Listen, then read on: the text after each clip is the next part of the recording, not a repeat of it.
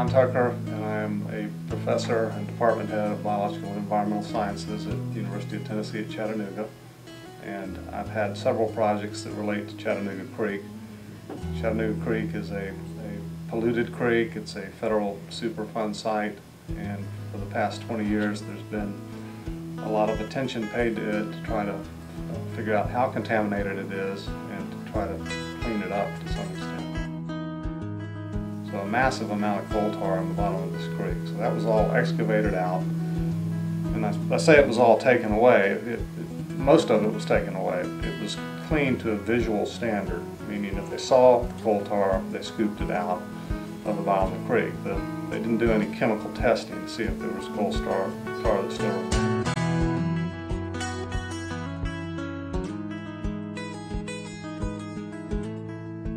To summarize what I think about the cleanup, I think it's much cleaner. A lot of coal tar has been removed, but there's definitely still contamination in the area that raises questions as to what types of things can be done there now.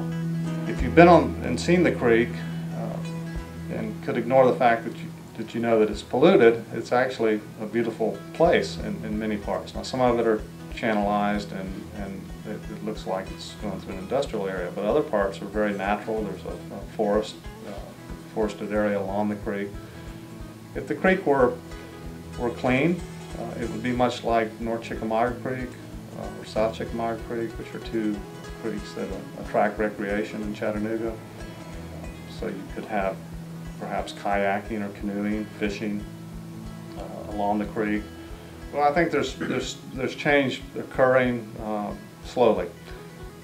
The Environmental Protection Agency and I think the state of Tennessee have tried to involve the community in the solution to the Chattanooga Creek problem. It's difficult though because the people, first of all, the issues that are involved, the science, the economic issues are complex, and you're asking people that live in the community who are largely uneducated, a high percentage have not finished high school, to grasp these scientific concepts about risk and risk assessment, which are very complex.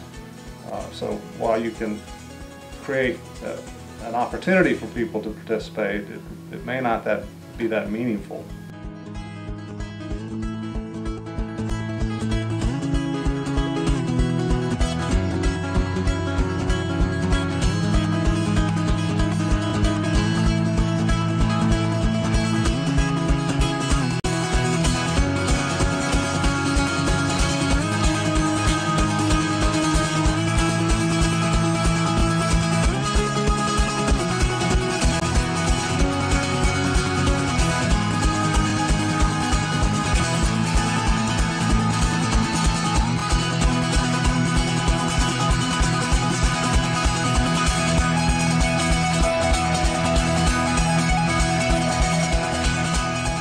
Do we have 7 Superfund sites in a poor neighborhood where they're not doing as good of a job? I think that that's true.